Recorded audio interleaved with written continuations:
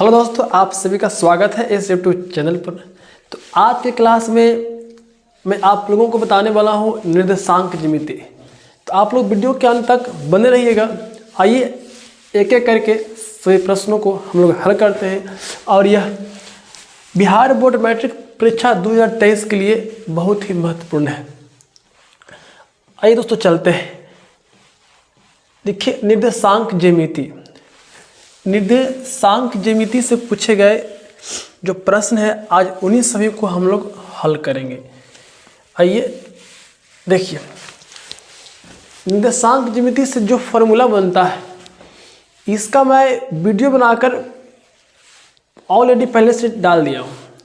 जो नहीं देखे हैं, जिनको फॉर्मूला याद नहीं है, समझ में नहीं आता है, आप जाकर देख सकते हैं। एक एक फार्मूला को बारीकी तरह से बता दिया हूँ और वहाँ से जाकर आप देख सकते हैं और समझ सकते हैं। आइए दोस्तों, अब हम लोग बारी बारी से सभी प्रश्नों को हल करते हैं। जैसे लिखा हुआ है बिंदु A 0-8 और B -12 0 को मिलाने वाले रेखाखंड के मध्य बिंदु का निर्देशांक ज्ञात करें। सबसे पहले आप प्रश्न को ध्यान से पढ़िए, दिया क्या है और निकालने के लिए क्या कह रहा है।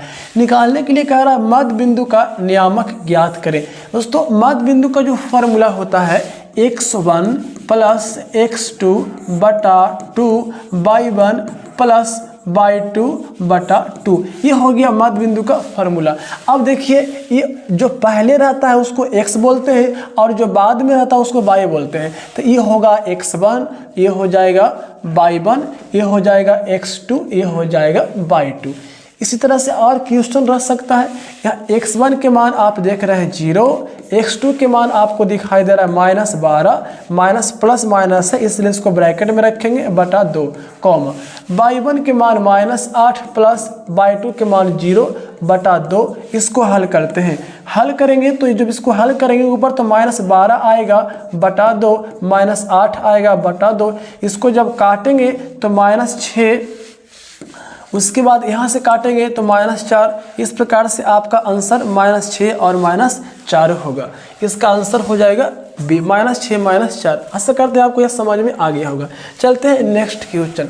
जो पिछला वीडियो नहीं देखे फार्मूला वाला जाकर देख लीजिएगा, उसमें आपको पूरा अच्छा सा समझ में आ जाएगा। यदि बिंदुएं 2, 3, 4 के 6 - 3 संरेख है, इस पॉइंट को पकड़िए। संरेख है, संरेख का मतलब कि सभी बिंदु एक ही रेखाखंड पर है, मतलब एरिया 0। किसका एरिया 0? त्रिभुज का क्षेत्रफल 0 होगा, तब बिंदु है संरेख। संरेख का मतलब एक ही रेखाखंड पर 2 या 2 से अधिक बिंदु होता है। 3 बिंदु रहता है, 3 या 3 से अधिक बिंदु रहता है, उसको बोलते हैं संरेख। तो आप मोटा मोटी बोलो कि अब त्रिभुज का जो क्षेत्रफल है, सीधे बोला त्रिभुज का क्षेत्रफल बराबर 0, तब संरेख। संरेख कहेगा तो त्रिभुज का क्षेत्रफल 0।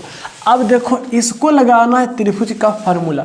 वो वाला त्रिभुज नहीं लगाना है, समकोण त्रिभुज वाला, ये शीर्षों का लगाना है। जैसे एक त्रिभुज दे दिया, यहाँ पर दिया है P, यहाँ दिया है Q, यहाँ दिया है R।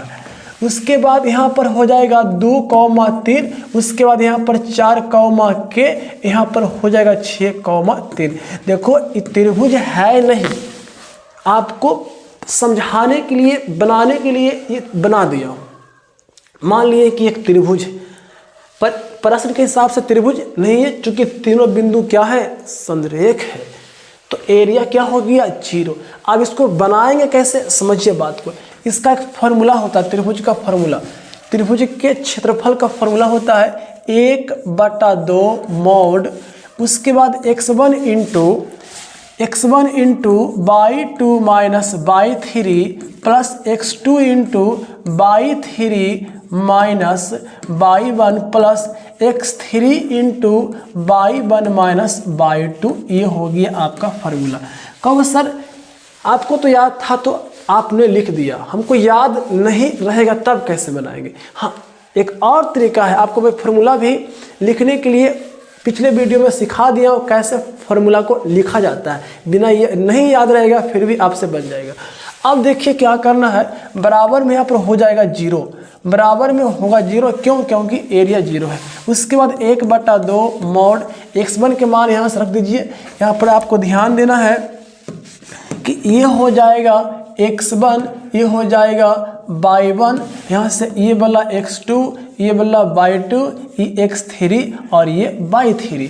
x1 का मान यहाँ से मिल गया हमको, और कितना बच्चों? 2, तो 2 लिख दिए। उसके बाद y2 के मान है k, तो k लिख दिया। उसके बाद y3 के मान -3 है, तो -3 इस प्रकार से आपको लिखना पड़ेगा। उसके बाद ब्रैकेट बंद, फिर प्लस x2 के मान यहाँ से 4, y3 के मान -3 माइनस y1 के मान यहाँ से 3, तो यहाँ पर 3 प्लस x3 का मान देखिए कितना है, x3 का मान है 6, तो 6 लिख दिए। उसके बाद y1 के मान है 3, तो 3 लिख दिए। यहाँ पर हो जाएगा बच्चों y2 के मान होगा k, तो यहाँ पर k, अब बराबर में हो जाएगा 0। ठीक है, अब देखिए ध्यान से, 0 है, 1/2 इधर आगे लगा हुआ है भागा में, 2 को उस तरफ करेंगे तो ऑलरेडी 0 गुना ये तो भागा में है, उस तरफ जाएगा तो यहाँ पर 2 आ जाएगा। तो मतलब ये आपका नहीं होगा, मतलब 0 गुना 2 0 हो जाएगा। अब यहाँ से हल करते हैं, ध्यान देना ठीक।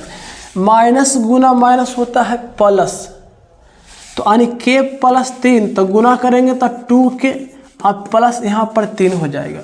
फिर यहाँ पर देखिए ध्यान से, -3 -6, अब -6 गुना +4 तो हो जाएगा -24। उसके बाद ये प्लस से गुना करो तो +18 और -6 के बराबर में 0, बाकी मॉड और 1/2 0 से गुना करा के 0 हो गया। उसके बाद आगे देखो क्या है, यहाँ से -6 के और 2 के घटाएंगे तो -4 के होगा। उसके बाद यहाँ से ध्यान दीजिएगा, 2 तिया 6 यहाँ पर हो जाएगा, गुना करेंगे तब ध्यान रहेगा आप लोग को, 2 तिया 6 हो जाएगा। ठीक है, अब उसके बाद आपको ध्यान देना, 18 6 24, 24 में से गया 24, बचेगा यहाँ पर 0, अब बराबर में आ गया 0। इसका मतलब k का मान 0/-4 बराबर हो जाएगा आपका आंसर 0। ये फाइनली आंसर हो गया। देखो आपको सिखा रहे हैं तब इतना टाइम लग रहा है, ऐसा तो बस थोड़ा सा कम लगाएंगे ये बन जाएगा, कोई देरी नहीं लगता है बनाने में, बस सिखा रहे हैं तो इतना टाइम लगता है। ठीक है, चलते हैं नेक्स्ट क्वेश्चन पर। आशा करते हैं आपको समझ में आ गया होगा। अब चलते हैं नेक्स्ट, क्या देखो बच्चों लिखा हुआ है कि त्रिभुज के शीर्ष 0 4 0 0 3 0 है तो परिमाप ज्ञात करें। तो परिमाप का मतलब क्या होता है? परिमाप, बाहर की माप को बोलते हैं परिमाप। यानी कि एक त्रिभुज इस तरह से आप निकाल लीजिए, एक त्रिभुज इस प्रकार से त्रिभुज है, इसका मान नाम लीजिए ABC। परिमाप का मतलब होता है त्रिभुज की भुजाओं, सभी भुजाओं की योगफल को परिमाप कहते हैं। त्रिभुज की सभी भुजाओं की योगफल को परिमाप कहा जाता है। अब देखिए A का नियामक दिया है, मान लिए 0,4, B का नियामक मान लिए 0,3 और 0,0, C का नियामक मान लिए 0,3। परिमाप निकालने के लिए आपको सभी भुजा का मान पता होना चाहिए, तब जाके निकलेगा परिमाप। ठीक है, आइए तो सबसे पहले भुजा निकालते हैं। भुजा निकालने का मतलब AB निकालते हैं। सर AB कैसे निकालेंगे? AB का मतलब हो गया दूरी के फार्मूला से x1 - x2 के whole square plus y1 - y2 के होल स्क्वायर। तो ये हो जाएगा x1 0 x2 0 y1 0 y1 4 y2 0। आइए रखिए 0 - 0 तो 0 के स्क्वायर, 4 - 0 + 4 के स्क्वायर, तो 0 के स्क्वायर तो खत्म हो गया, 4 के स्क्वायर कितना बचेगा? तो 4 के स्क्वायर 16, यानी कि आंसर इसका हो जाएगा 4। इसी प्रकार जब ए निकालेंगे BC बराबर, तो 0 - 3 के स्क्वायर, और उसके बाद 0 - 0 तो 0 के स्क्वायर, इसका आंसर हो जाएगा 3। उसके बाद AC निकाल दीजिए, AC निकाल दो, AC निकालेंगे 0 माइनस 3 तो 0 माइनस 3 के स्क्वायर प्लस 4 माइनस 0 के स्क्वायर, 3 का स्क्वायर हो जाएगा 9, 4 का स्क्वायर 16 और उसका 16 9 25, अब 25 के वर्गमूल हो गया 5, तो ये निकल गया आपका 5 और ये निकल गया 3। अब परिमाप के मतलब होता है भुजाओं की योगफल, तो योगफल कर दीजिए 4 प्लस 3 प्लस 5, 5 3 8 4 12, ये 12 इकाई है। देखिए 22 का प्रश्न है, ये जो क्वेश्चन है बच्चों ये 22 में आया हुआ सवाल है।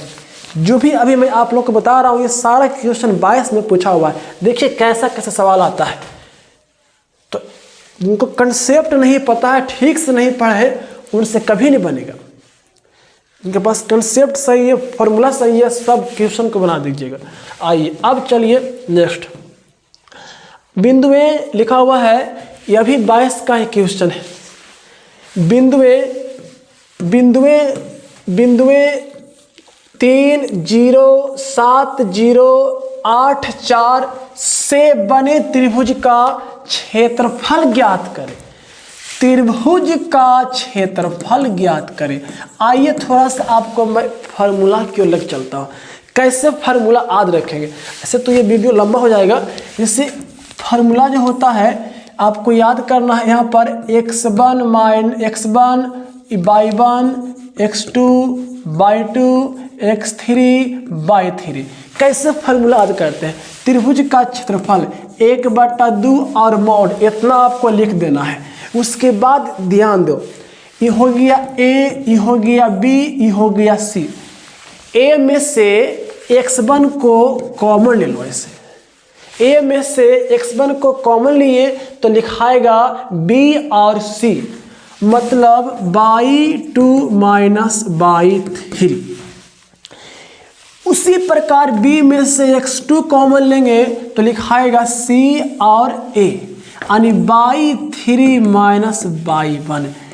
इसी प्रकार C में से कॉमन लेंगे x3 तो लिखाएगा A और B, तब y1 माइनस y2। ये निकल गया त्रिभुज का क्षेत्रफल।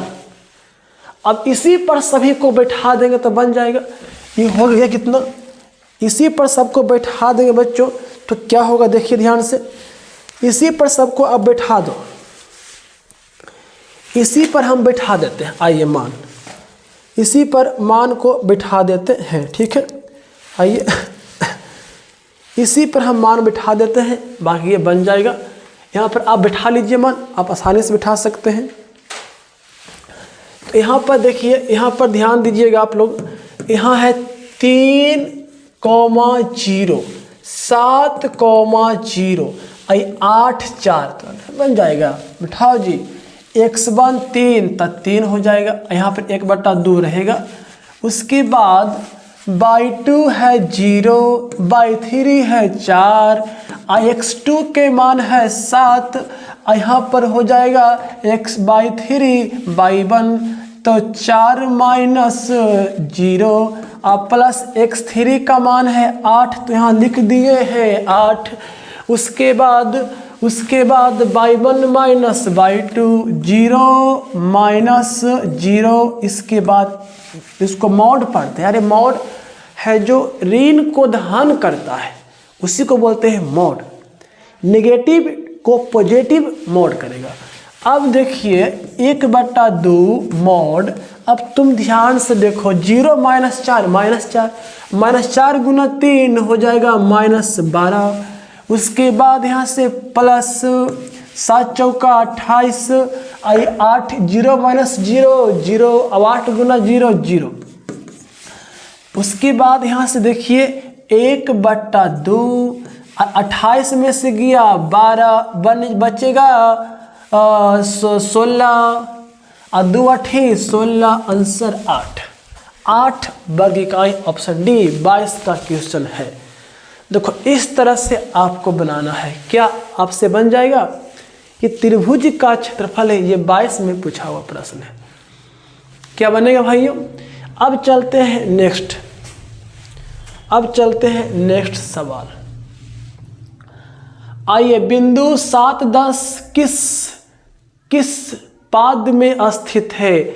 इसी का नाम है चतुर्थांश, इसी को बोलते हैं चतुर्थांश, ठीक है, चौथा अंश। आपको एक बात सिखा देते हैं, इसको कहते हैं एक्स अक्ष, इसको कहते हैं वाई अक्ष। तो एक्स अक्ष एक्स एक्स डैश, ऊपर वाई वाई डैश। इसी का एक नाम और है बच्चों भुज, इसको बोलते हैं कोटि। एक्स वाला को बोलेंगे भुज, वाई वाला को बोलेंगे कोटि, और दोनों रेखाओं के कटान बिंदु को बोलते हैं मूल बिंदु। मूल बिंदु का नियामक 0 होता है। उसके बाद इसको बोलते हैं फर्स्ट चतुर्थांश, इसको बोलेंगे सेकेंड चतुर्थांश, उसके बाद इसको थर्ड, इसको फोर्थ।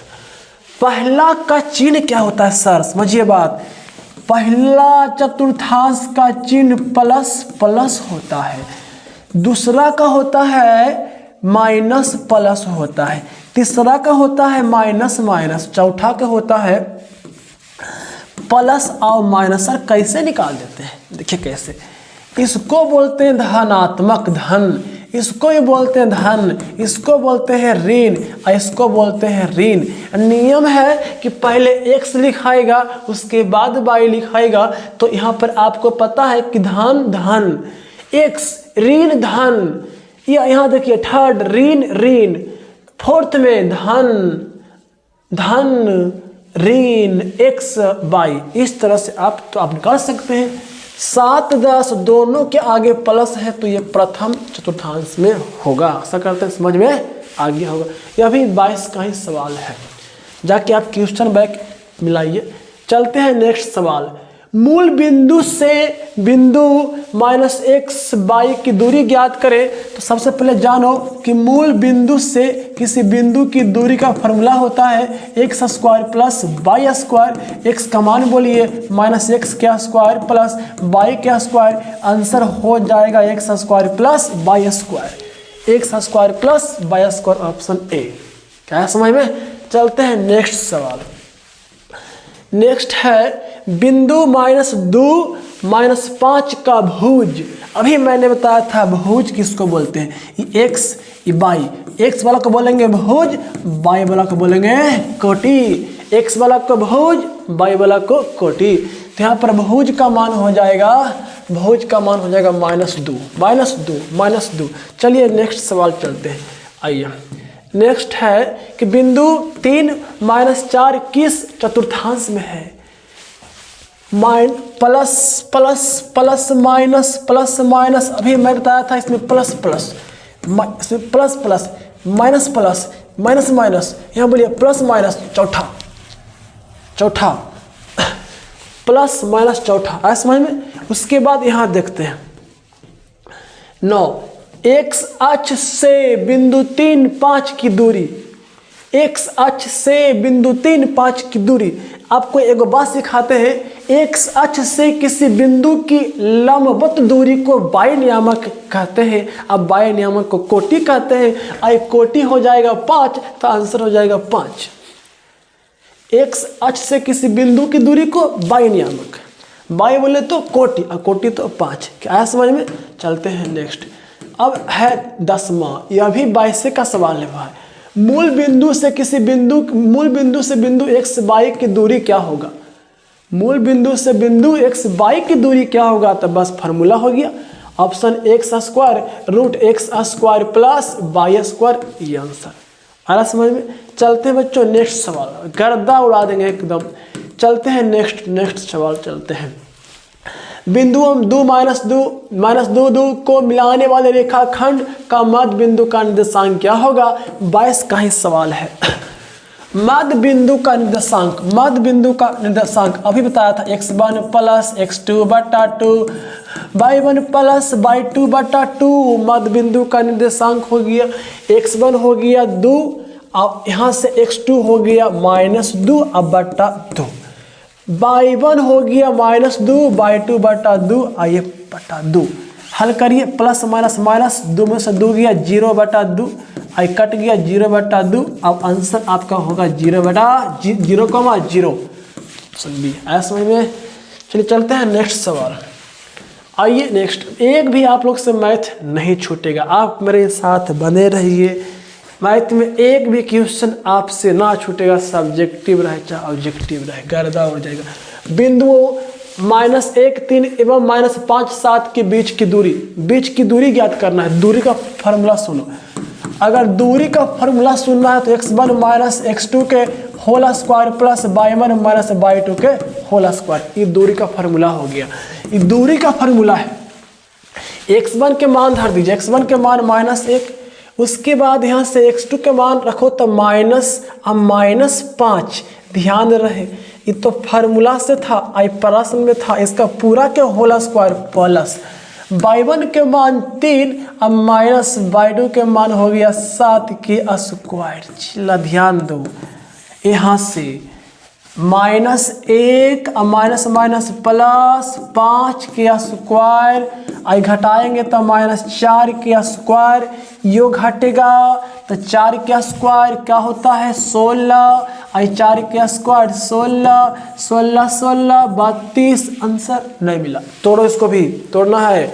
32 को तोड़ो, 16 और दूनी 32, 16 के वर्गमूल 4 और 2 के वर्गमूल पूरा ना निकलेगा, तो इसको रूटे में छोड़ देंगे, 4√2 4√2 आंसर।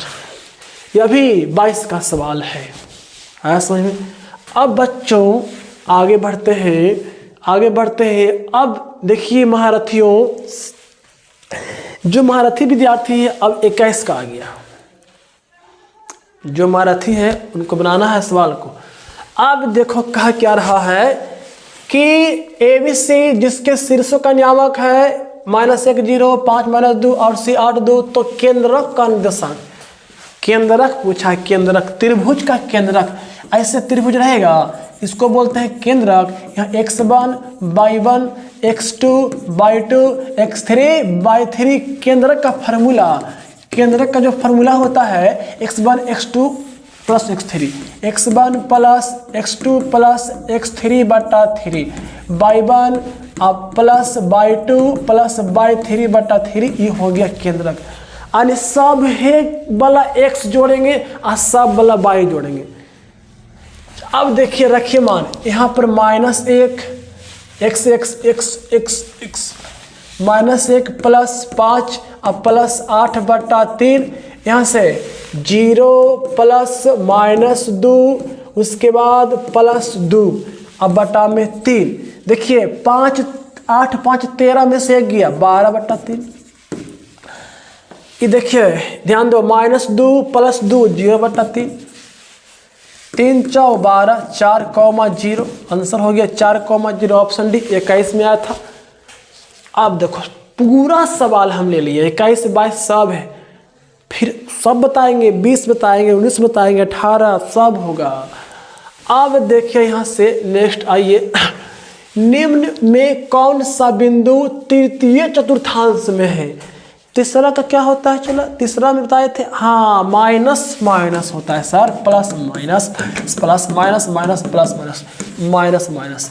देखो तो -4 -6 बस आनंद को आंसर मार के निकल जाए। अब चलते हैं 15 15, -6 -7 की कोटि, अरे कोटि मन 10 समझते हैं, बाई होता है, तो बाई का मान -7, आंसर ऑप्शन बी कोटि हो गया। कोटि मतलब बाई है। उसके बाद बिंदु 9 3 और 5 11 के बीच की दूरी, 5 11 के बीच की दूरी का फार्मूला अभी नहीं बताए थे आप लोग को, √x1 यानी पहला को पहला के साथ और दूसरा को दूसरा के साथ, पहला को पहला के साथ दूसरा को दूसरा के साथ, तो 9 - 15 के स्क्वायर प्लस 3 - 11 के स्क्वायर। अब बताओ 15 में से 9 गया 6 के स्क्वायर 36, 11 में से 3 गया 8 के स्क्वायर 64, और 64 जो 36 आएगा 100, और 100 के वर्गमूल 10 होगा, ऑप्शन भी हो जाएगा। क्या आया समझ में ना आया भाई? 17 अगले भाई। अब देखिए x अक्ष का समीकरण, बाहर बाह गजब प्रश्न है। x अक्ष का समीकरण, x अक्ष का नियामक x, 0 होता है। x अक्ष पर किसी बिंदु का नियामक x, 0 x, 0, तो तो यहाँ y का मान कितना अच्छा है 0, तो यहाँ पर y का मान हो जाएगा 0। इस समीकरण हो गया। अब चलते हैं आगे नेक्स्ट सवाल। आइए 18, यदि बिंदुएं 2 के और 7 5 दुइये गो है, चला मिस्टेक है। नेक्स्ट चलते हैं। बाई अक्ष का समीकरण क्या होगा बताओ, ये कैसे के सवाल है। बाई अक्ष का समीकरण, अब ये बाई अक्ष का समीकरण है तो बाई अक्ष पर फॉर्मूला बनेगा, यहाँ पर 0, बाई हो जाएगा, था x के मान हो जाएगा 0, x के मान 0, बाई अक्ष पर किसी बिंदु का नियामक होता है 0, बाई। चलते हैं नेक्स्ट। 20 नंबर क्या है, 20 नंबर क्या है। बाई बराबर 10 का आलेख कैसी सरल रेखा होगी। बाई बराबर 10 है, चला इस प्रकार से देख सकते हैं कि बाई ऊपर जा रहा है, मान लो यहाँ पर 10 है, यहाँ 10 है, यहाँ 10 है, 10 है, तो यहाँ पर 10 है तो x मतलब बाई के मान कितना है 10, तो बाई अक्ष पर होगा 0, 0,10, 0,10, 0,x0, तो बाई अक्ष पर, बाई 0 तो x अक्ष पर। सो ग्राफ जो हो जाएगा इस प्रकार से हो जाएगा, ऐसे हो जाएगा। x अक्ष के समांतर, बाई अक्ष के समांतर, मूल बिंदु किस जाती है कोई नहीं, x अक्ष के समांतर, x अक्ष के समांतर, x अक्ष के समांतर होगा। आया समझ में।